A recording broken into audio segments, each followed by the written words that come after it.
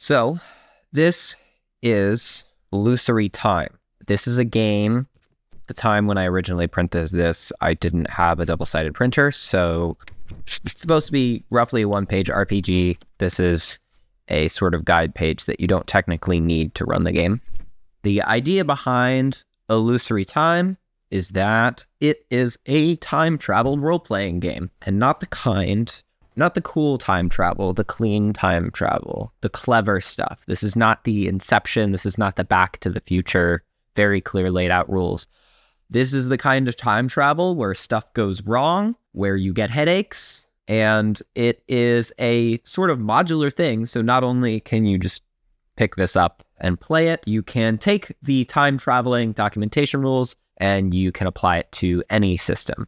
It's really cool, but I am personally biased because, surprise, surprise, I am the person that designed it. But I'm not making this to advertise it. In fact, you can actually pick it up for free on my itch page. I'm making this video because this took me basically a day to make, and then the weekend to finish the layout, put it on a page, and then eventually upload it to itch. And I'm going to teach you how I did it. I'm assuming you clicked on this because you wanted to know how to make a role-playing game. But if you're just interested in learning game design in general, there's a lot of good reasons to start with making a physical game, but also a role-playing game, especially one like this, right? Where it's only a page or two. When you're working on a digital game, at least compared to making a role-playing game, making a digital game or a video game is a huge waste of time in terms of learning game design, especially if you're a designer and you're trying to learn how to make these rules and make systems. So when you're learning game design, you want to spend as much effort on the actual rules and the mechanics as possible. When you're working on a video game, you have so much more to focus on than just rules. It's a very important part of the process, but depending on the game you're working on, it's usually a very small piece of the pie if we're not including the actual play tests and like fine-tuning of the mechanics. Actually coming up with the rules itself is basically the first step. And then once you do that, you have to make the art, you have to make the sound, you have to actually program it into a computer. So when you're working on a physical game, all of that is thrown out the window. And all you have to do is make the rules and then you can write them down.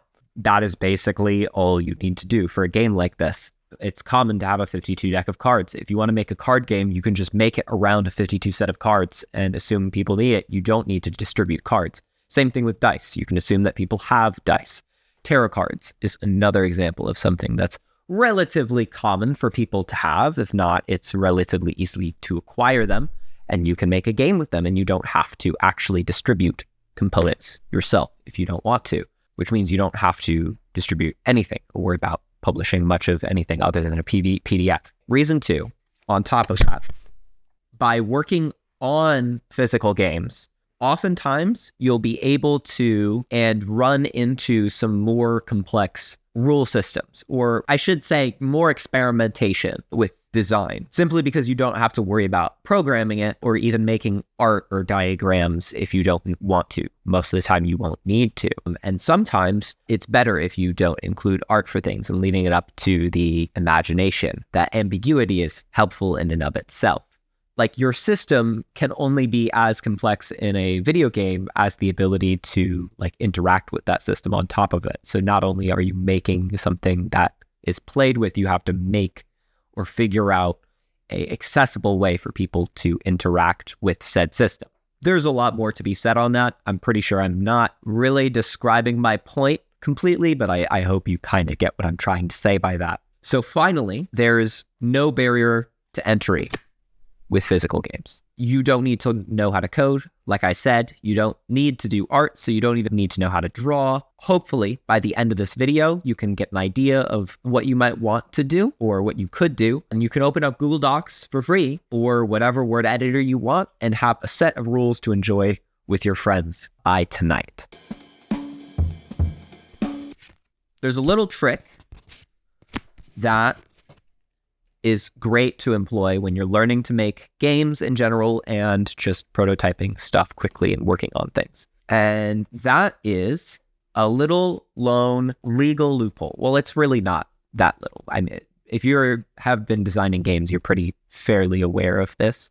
Game mechanics can't be copyrighted, which means we can essentially plagiarize as much as we want, which is great. Why would you want to plagiarize? Why would you want to steal game mechanics or steal things? Would it even make you money? Like, probably not, especially not if it's your first game, if you're just stealing somebody else's game, especially one that's more popular than you. But it's a really good learning tool.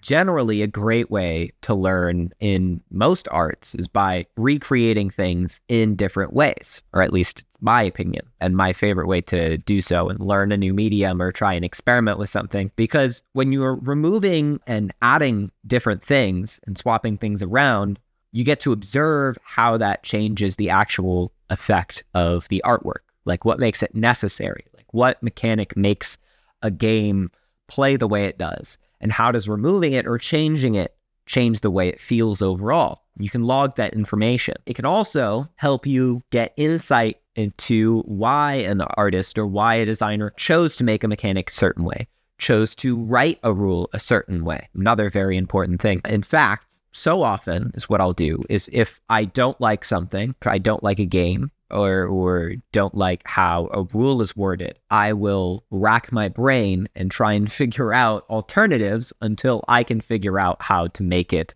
better, in quotations. You know, to an extent, better or worse is just subjective. But I like to do that because it gives me insight to things that I like and would make insight into how to make things that I would want to play, which is very important because that's how you are an audience. And if you make things that you want to play, you can make things that other people will want to play too. It's a good idea to keep that kind of exercise in mind when you are in between projects or you have a creative block or when you're working on this in general. If you have a game that you don't like a specific part of and you want to fix, it's a great opportunity to try and make a one-page RPG or some other game that reflects the changes that you would have made to that game. In the tabletop role-playing game space in general, there's a lot of borrowing. It's great. Just one thing to keep in mind, obviously, is you want to list your inspiration because for a couple of reasons. For one, it's just nice to give credit to your references, to your inspirations. It's just the right thing to do. But also, it can serve as a recommendation list for anyone that wants to try other games like yours. Maybe there's another game that has similar mechanics, functions similarly, but is in a different setting. So if someone wants to play a sci-fi version of your game and you based your rules off of that sci-fi game, you know, it's a way to follow the crumb trail essentially to where someone might want to go. It's a nice thing to do. And it won't necessarily draw profit away from your game. People will maybe still buy yours.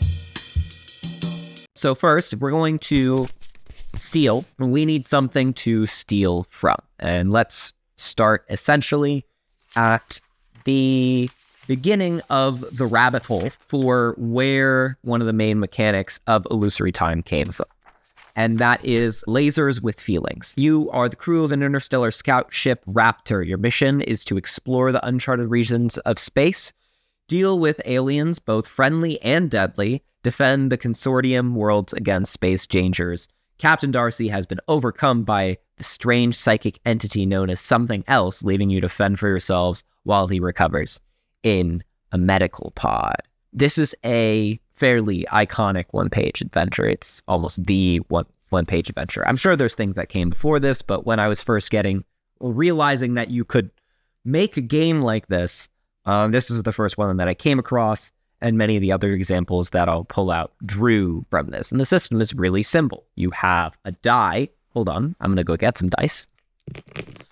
Some small ones, but it'll do. And your character, on top of having a few qualifiers, you have a number, right? It's from 2 to 5. When you do something, the game master, or I forget what it's called in this game, will tell you either lasers or feelings. Lasers if it's like requires being calculated or using machines or knowing scientific things for some reason. If it's lasers, your goal is to roll lower than whatever number your character is. And if you're doing feelings, which is passion, social stuff, anything else, you're rolling above your number. And that's what allows you to succeed. If we're looking at the sheet, right, what we're looking for is something like that, a mechanic or whatever, like what is it telling us to do and how is it telling us to play this game? So that's one big component, right? We need to be able to decide outcomes. Put it over here. We need to, here we have making characters. You're basically choosing from a set of adjectives, and as a player, it's up to your discretion to basically say like, oh, I'm a doctor, I should be better at doing medical roles or whatever, for the sake of you can roll multiple dice maybe to ensure that you do better at a certain thing based off of what your descriptors say about what you should be good at. We also have a generator for making a premise or a start to an adventure, and that tells us what's our threat, what we're trying to do about the threat, and then who is responsible for the threat and what happens if we don't fix it, essentially. So like if we were to roll on this, space pirates want to bond with the quantum tunnel, and if we don't stop that, it will rip a hole in reality, right? That's just if looking down the list, and you could just roll dice to decide which of those you get. The other last final thing, if you look over here, there's tips for running the game and how to set it up and how to make sure that you are able to end the game within a reasonable time.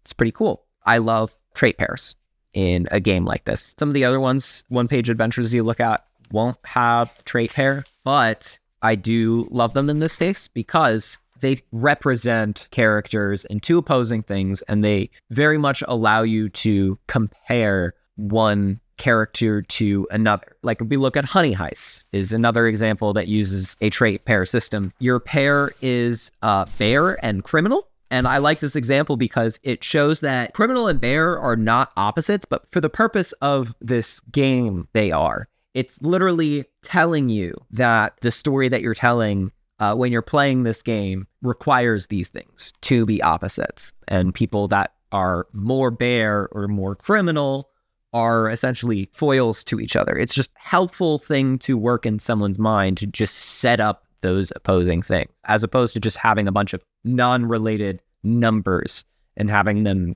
be related to vague sort of attributes. It's good to have a comparison to work with. Honey Heist is one good example. Let's see, what else did I print out for one-page RPGs? Crash Pandas, which is about street racing raccoons. Adventure Skeletons, where you're skeletons and different parts of your body have different health totals, which is cool. Or Sad Vampire Boyfriend, which is a one-page Twilight role-playing game, which I haven't played, but it looks hilarious now that I'm looking over it. As we're looking through these games, you'll see like paired traits, well, other than paired traits, you'll see that each of these has sort of niche, interesting mechanical things about them. Like, there's deciding outcomes and there's ways to decide outcomes, and maybe they have bonuses or whatever, but they have some sort of like interesting, oh, okay, that kind of sets it apart. Adventure Skeletons, like I just said, there's different health totals for your bones. Your bones can detach, they can get broken. In Honey Heist, your trait pair actually increases or decreases over time. So that number will go up and down. And if it goes too high or too low, basically if it goes too far in one direction, you can bear out and you go full bear and you go feral, and that's not good. If you go too criminal, you basically flip to a life of crime. You become a villain and you turn on your bear friends. So sad. It's not just lasers and feelings, essentially. What you could do is you could just take lasers and feelings or take Honey Heist and make it about Barbie dolls instead of bears and call it a day, and change the labels of the trait pair, reword everything, and change the premise generation, call it today, and you'll have a different game and you'll learn something from it for sure. Seriously, like wording and playing with wording can go really far, especially for a game this small. But you could, and it's not that much after work, go a step further and identify a cool little rule system or a cool little addition thing for yourself, like the cute little skeleton system here. So we got to figure out what the special thing is here. So what does this game need to be? It needs to be confusing, obviously. That's kind of a given. It needs to be the kind of time travel that you see in like bad sci-fi movie, where you lose track of the plot in the first 10 minutes. Something that's going to make your brain hurt, right? Like I've been saying. Another game example of something that gives a similar feeling that I'm trying to evoke is 5D chess. If we're talking like movies, Goldmember, the Austin Powers movie, where they go back in time and steal his mojo, like that's ridiculous. These are basically the inspirations for the project, right? And when you're trying to make a mechanic that creates a specific feeling, good to make a list of the other forms of media and other things that you're drawing that feeling from, that you're trying to grab and like get inspired by, and keep them nearby. So we have that list. Once you have those listed out, like once I have these listed out, my next step was to basically think of the kinds of things that I'll need to include on the sheet to make that happen. Like, what do I need for the players to travel through time and have that happen and make it clear enough, but also still frustrating enough that I can evoke what I need without people getting too annoyed. And so we need to have time travel, obviously. We need to have a way to keep track of where we're going in the timeline and what has happened. So obviously a timeline. And then we need a way for things to break, or some sort of moment where the timeline breaks and we don't know what happens. And that will be paradoxes. And we need rules for that, or at least a way to manage and create them. That's sort of like a mini lose condition that we'll be thinking about in the process. That's just 3 things. That's a really simple list. And then if we include these things, we have so many other games to pull from at this point, like I'm holding 4 here, that deciding these things will be pretty easy. And this other list here of inspirations, we can keep it in mind. It narrows it down enough that we can get started. Let's start at the top of the need to have list right now. Let's get these out of the way.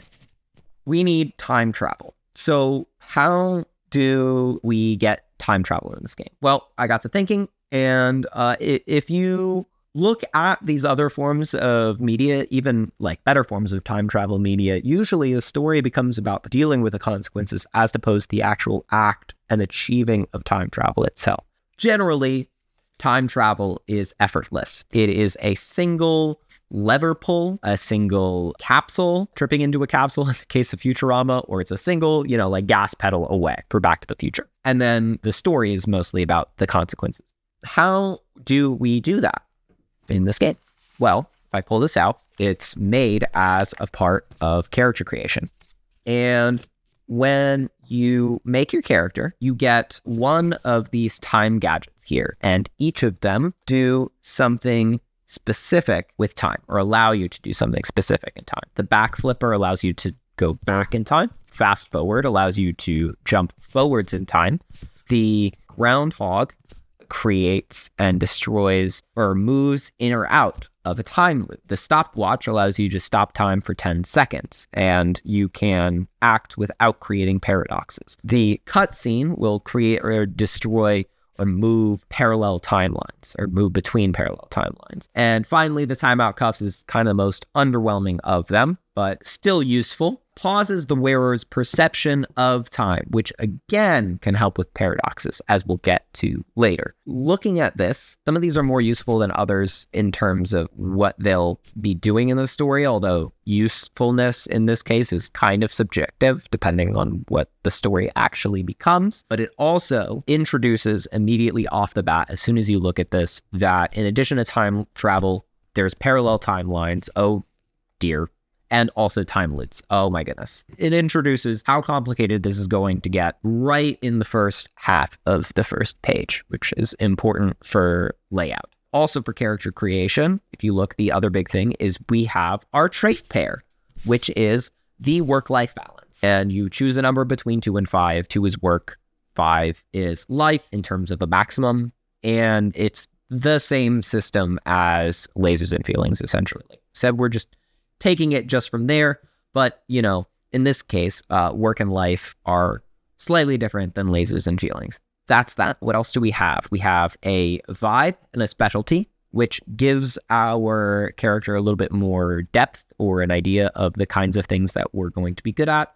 Opportunities to maybe roll 2 dice instead of 1 for trying to succeed in cases if the Time Master decides, we should be good at something because of our vibe or our specialty. All of these things, which is a difference to lasers and feelings. If you can fit something on a D6 table, especially in character creation, you should be doing that because it can just make things easier to figure out for players when they're being indecisive. I can just roll 3 dice and I've created a time-worn negotiation specialist that is equipped with a groundhog for this mission and can make time loops. And then maybe I can decide I want a 4 for my work-life balance number. Or I can just roll another die, and then I'm ready to play just like that.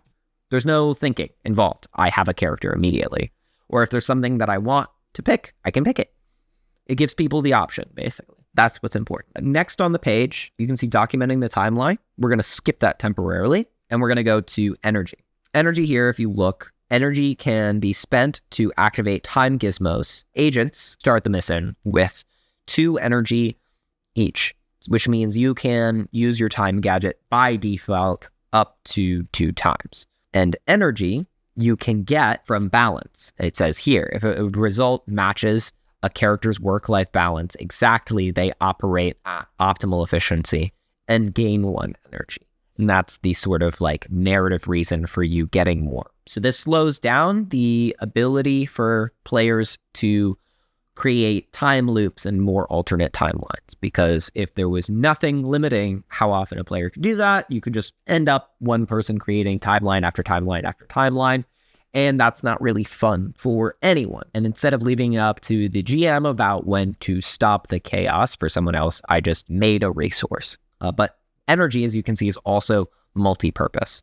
So there is also expertise, which is the thing that allows players to roll with an additional die if they're acting using their specialty or their vibe. Or if you don't have one of these things, you can basically, as a player, have the agency to expend an energy to have a better chance at succeeding at a roll. And I included this for a sort of very specific reason. So when you're working on a game, just in general, like a role-playing game especially, it's a good goal to try and support multiple methods of problem solving and play, right? It's a pretty obvious standard statement.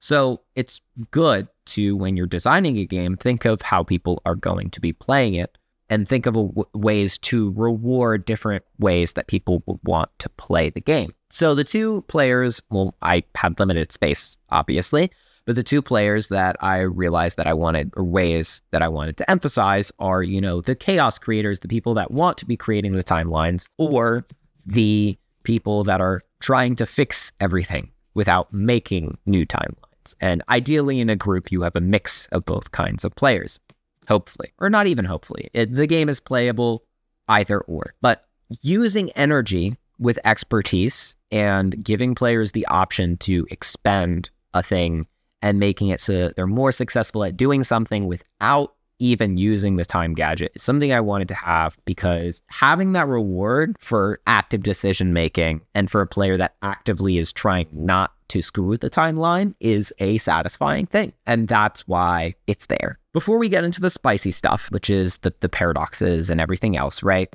Let's go to the premise creation section. And when you're looking at the premise creation section, you will see there's some art on this page, because I felt like there should be some art in there. And there's just some doodles that I did. It gives you a setting. So it tells you, like, the first table tells you vaguely what people will be up to. Like if it's a work day, people are going to be at work. If it's 11 p.m. on New Year's Eve, people are going to be out celebrating. It's going to be dark. It's going to be nice. Sunset on the weekend, people might be getting ready to go out to dinner, going to party, kinds of people that you're going to run into. And then there's a sort of vague technological period that is set by the second table. So if you're in prehistoric times, you're not going to have wheels. There's going to be dinosaurs. If you're in the early 2000s, there's going to be phones. And if you're in the future, there's going to be futuristic technology. And then on top of that, it gives you an objective. And it also, importantly, it gives you a complication here, which other premise generation I saw had complications. It just made whatever you're trying to do slightly more interesting. But in this case, it's very important because each of these complications sets up the story in such a way that at least once you'll have to interact with the time traveling mechanics and like a weird or broken timeline. And it was one of my band-aids to a problem that I will talk about or close to the end of this video, but it was one of my bigger difficulties to try and get players to instinctually engage with the time traveling mechanics. In some cases, this was one of my ways to try and mitigate it by essentially forcing it. If we flip back to the first page, that gives us everything that we have our character, we have our dice, we have a mission made. Now we have to get into the unique stuff. How are we keeping track of time, right? The answer is simple and complicated at the same time, which is exactly the way that I wanted it. But it's basically to keep track of the time twice and have a documentation method for keeping track of a timeline twice and actions as players are going through it. The two timelines, you have the actual current time, which is the time and date, and the mission time, which is the agent's or the player's actual perception of how much time has passed. If we look at the third page here, right, you'll have some suggestions of keeping track of events and an example of what that looks like. And this table here is something that each of these rows maybe would be an index card or would be a square on a whiteboard. It would be something that all players have access to.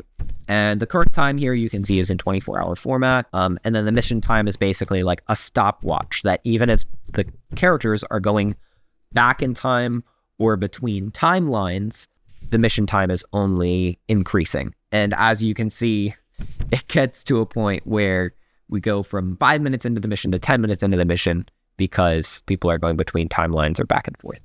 It's clear, but still headache-inducing, which is kind of what I wanted. The arrows, obviously indicate when a character is going between timelines or back in time. The dashed line is a time loop, which is basically like non-player controlled time travel. If you're in the time loop, you're aware of being forced to go back in time and continually going through the loop, but it happens automatically whether you want it or not, unless you break it or leave it. Also, in the actions, you can see it's essentially like one or two characters. In this example, you can see that the same character has a ID as they go back in time because they are in the same space multiple times, which is something that it recommends and shows you a method of doing, although you can use whatever method you want to ID this multiple versions of the same character if you get to that point. I play tested this once before I published it, and the play test was an hour, and we did not solve the mission. And you know what? It was a wonderful headache of a time, and honestly, that was kind of how I intended the game's design to be, is played till exhaustion, not necessarily till success. We also used an additional rule. We made a drinking game out of it when I played, which you can do, obviously, drink responsibly. But the rule is essentially when you trigger a paradox, you drink. So we're probably less productive in terms of solving the mission than we otherwise would have been. But it was a fun time. So paradoxes, great transition. Very important. Whole point of the game, this whole lose condition that we're talking about. Paradox, let's say you get to a point and two characters need to exist in the same place. Like in that example on page 3, right over here. The same person is on the bus twice. According to the rules and just to narrative sense, this doesn't make sense because the agent doesn't remember seeing themselves when they were on the bus earlier in the mission. Now, let's say you really need to be on that bus, or you think you really need to be on that bus. The logical way to get around this and get around making a paradox is by sneaking and hiding from yourself, your past self. In that case, the Time Master would call for a work roll, most likely. I'd say that falls under espionage, so you'd have to roll over your number. And if you succeed, you'd be able to hide from yourself and you'd be able to avoid the paradox. But if you fail, the character would see themselves, and then that's when the Time Master would roll on the paradox table. When you roll on the paradox table, it can do one of three things or nothing if you get lucky. You can create a time loop. It could remove an event from the current timeline, which could make cascading effects, or you could create a parallel timeline. If those things sound confusing to try and interpret, that's kind of the point. Alternatively, if you get to a point where you need to be in the same space of yourself, you could just say screw it and not try and hide, eat the paradox, and just see what happens.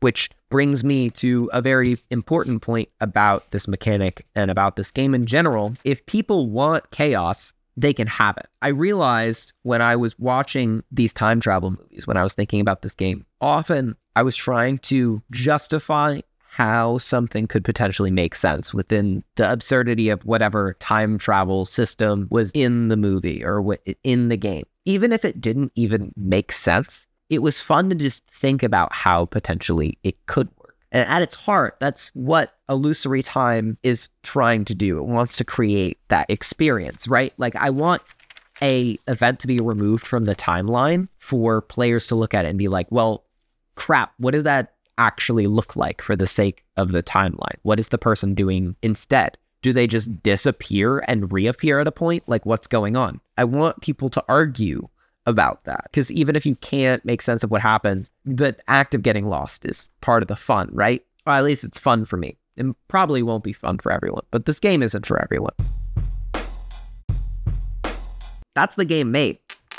If you follow those steps of doing the inspirations, finding a cool little mechanic for yourself and copying everything else, right? You have a game. Good job. And then the next step, logically, postmortem, which is a good thing to do when you're done with one of these projects, especially when you're doing it as a kind of learning, creative exercise, right? Is critiquing your own work, maybe doing it with a group of other people. If you're playtesting, ask them what they think about the game and having a discussion about it and seeing how successful it was at what you were trying to do. You know what? Sometimes you won't be, and that's okay. You can just go back to the drawing board after that or drop the project entirely, work on something else. Sometimes there'll be parts that stick out as specifically interesting, and you can keep those. If you remake the project, save them for some other game. If you find something you really like that you didn't realize you would like, you can start another project or make another game more focused on that specific thing that you found fun or interesting. That's the benefit of working on a small project like this. You go through that cycle incredibly fast, and you learn really fast. I actually was considering making this video after I finished Illusory Time, but I got really absorbed in other things. But recording now, I kind of like looking at it with a set of fresh eyes. It's much clearer to me which things don't make sense. Not to the point that it's I don't understand how this game works, but to the point that I'm now realizing I could see why other people could find this specific rule sheet kind of confusing. But first, let's start with positives, right? I do think for documenting time travel, if we look at the third page example here, for a single page, this is probably as good as I was going to get for an example and trying to explain how to document time travel. Overall, I really liked how much I was able to fit into just 3 pages, a double side plus an extra information sheet, without it becoming just a thick wall of text. It actually does have some sort of consistent style, which now looking back, I do still like it, even though some parts do hurt my eyes a little bit. It's a little too condensed. Some of the text is a little bit too small, but it holds up well, in my opinion, at least. It's up to you if you disagree. And the other thing that I like about it, it's modular, right? If I want to run a time traveling adventure, I have a set of rules for it. And if anyone else does, they can download this and use this for their D&D campaign. Players might hate them, but, it'll be fun, probably. So let's get to what went wrong. Like I said, the layout, a little bit condensed. Text is a little bit too small, stuff like that. There's a bunch of minor things. The main big thing that I realized only after I put the sheet together and after I play tested it, a really critical flaw of this rule set is that, unfortunately, our minds are wired to problem solve linearly, chronologically, in terms of what should we do next. And I could put as a GM tip, try and create problems that can only be solved with time travel as a time master note. But actually saying and practically thinking of those challenges to solve on the fly are 2 entirely different things, which I think other role-playing games fall into that trap too, is they'll put rules down for players or tips in, try and do this thing. But saying it and actually actively thinking about it when you're playing the game are 2 entirely different things. I can't tell or explain it to a time master that it's okay to kill a character because the group can always time travel back and save them before they die. And I can't tell a group of players that they can do that if one of their friends have died. There's too many possible scenarios and things that you can think of really explain. And if I had a whole book or the players had more time to learn and practice with the rules, it really wouldn't be a problem because I could make tables of examples of things to do. And if players or a time master had more experience running and thinking of those kinds of problems, they'd get better at coming up with things. But unfortunately, that doesn't really apply in this case because it's a one-page RPG. At least the intention was to be for a quick one-off, right? It's not like this is a campaign book. You don't have months to learn or practice with these things. You know, you're printing it out and playing it for one night only. And you have like a couple minutes, maybe previous experience to look at the rules in advance. So at least in my mind, that was a pretty glaring weakness. Outside of that case, though, like excluding that specific rule system, I don't think y'all will run into that problem when you're working on your own systems. Or at least now I hope that I have outlined that as my own problems. Maybe you'll think about it when you're working on your own game and not run into the same issue that I did. Because other than that, you know, a small one-page RPG like any of these is a great practice, but also a great way to show experiments for rules and ideas that you have. Maybe not the ones in this game, because, you know, not everyone has time to publish a whole 100-page RPG book. Like, I don't have time to make a 100-page time-traveling RPG with art and lore and functional content, but everyone does have ideas to share. And this is a great format to just get ideas out there. You know, if people see them, if people play your game, you can always make a book later. So just make one of these. Spend an afternoon this Saturday with the Microsoft Word and hammer it out. Put it on itch. People will play this stuff. I will play this stuff. And more importantly, you can play it. Your own game once you've made it. A single afternoon. That's kind of it. I don't know how to do endings. That's all I really prepared to talk about. But I guess subscribe if you like this kind of content, because that's what you do on YouTube. I'll be posting more around monthly, I'll imagine. Mostly tabletop and game design focused stuff. If you make a game after watching this, feel free to comment it below and I'll check it out, I suppose. And I hope this guide helped some of you. See ya.